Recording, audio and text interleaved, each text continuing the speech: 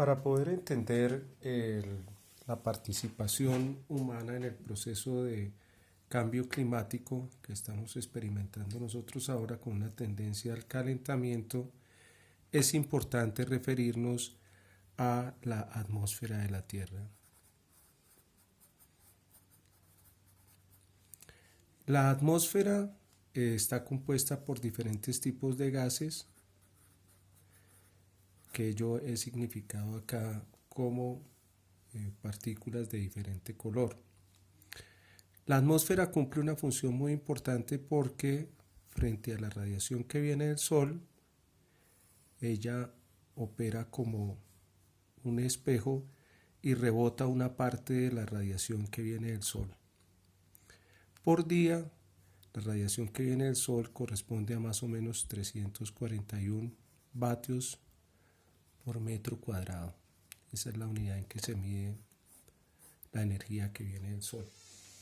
Y como un 29% de esa energía es rebotada entre la atmósfera y el rebote de la superficie de la Tierra, es rebotado al medio exterior. Pasa un porcentaje importante y pega en la superficie de la Tierra. Ese es más o menos como un 48% de la energía que viene del Sol, unos 161 vatios por metro cuadrado. Y una parte importante, que es la que yo quisiera mencionar aquí, es absorbida por la atmósfera. Esa parte que es absorbida por la atmósfera corresponde más o menos a un 23%. 23% es absorbido por la atmósfera. Un 29% es reflejado, un 48% pega en la superficie de la Tierra y un 23% es absorbido por la atmósfera. ¿Qué pasa en la atmósfera con esa energía que llega? Las moléculas que conforman la atmósfera de esos gases reaccionan de manera diferente de acuerdo a sus propiedades físicas.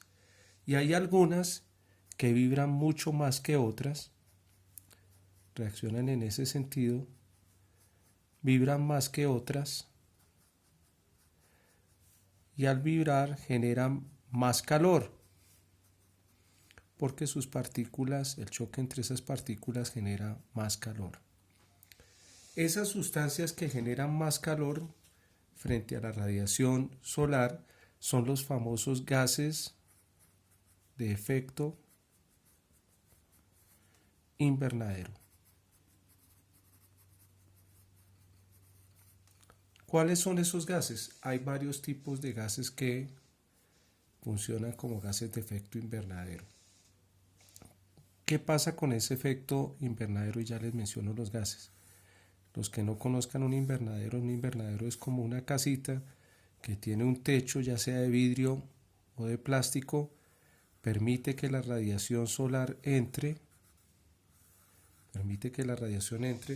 pero cuando la radiación solar quiere salir, se queda atrapada dentro del invernadero y el invernadero se calienta. Eso es lo que sucede.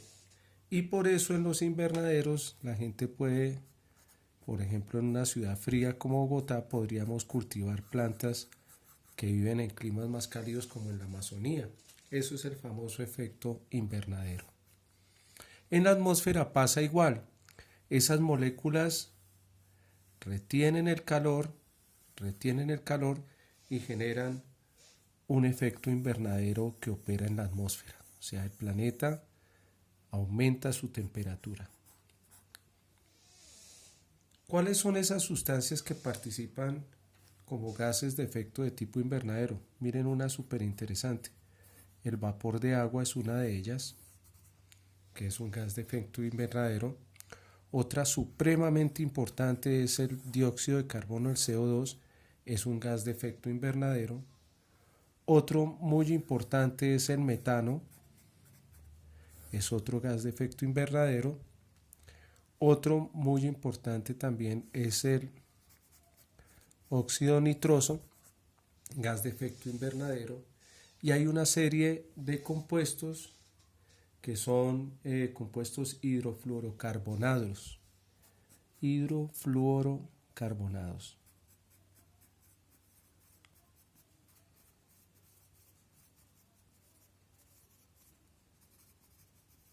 Esos compuestos hidrofluorocarbonados son los que se utilizan en los sprays, por ejemplo. Son los que se utilizan en los sprays. Los compuestos de óxido nitroso vienen más que todo de compuestos que se utilizan en la agricultura, son producidos por bacterias en la agricultura. El CH4 es producido más que todo por los desechos de animales y en la ganadería, o sea, de los excrementos de la ganadería que producen ese gas, por ejemplo. Y el CO2 pues es producto de la combustión de industrias y transporte. Entonces, ¿qué es lo interesante de esos gases de efecto invernadero o qué es lo preocupante? Que todos esos gases de efecto invernadero, empezando por el CO2, el metano, el óxido nitroso, los fluorocarbonados, son gases que son producidos por los humanos en sus actividades, en una proporción importante. Se producen de manera natural también, pero estos gases son producto también importante de la actividad humana. Al año, los humanos ponemos gigatoneladas de estos compuestos en la atmósfera. Y en ese sentido, pues participamos del cambio en el clima, en términos de aumentar la temperatura del planeta. Esto es una situación a la que tenemos que prestar atención porque, si bien son malas noticias, también nos están dando una señal de que la manera de pronto disminuir el proceso de calentamiento del planeta, que tiene unas implicaciones que vamos a ver después, depende en una medida muy importante de nosotros, de que pongamos menos CH4, de pronto manejando de una mejor manera la ganadería, menos CO2 manejando nuestras industrias y nuestro tráfico, menos óxido nitroso, de pronto manejando otros esquemas de agricultura, y menos compuestos hidrofluorocarbonados que también se producen en la industria, para evitar ese efecto invernadero y un calentamiento del planeta. ¿Por qué el calentamiento es negativo? Voy a adelantar un pedacito. Porque a mayor energía,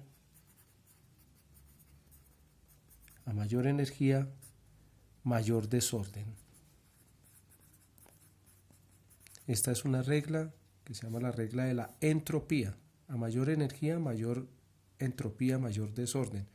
Y cuando hay mayor desorden, es más difícil hacer manejo de las cosas. Es más difícil uno predecir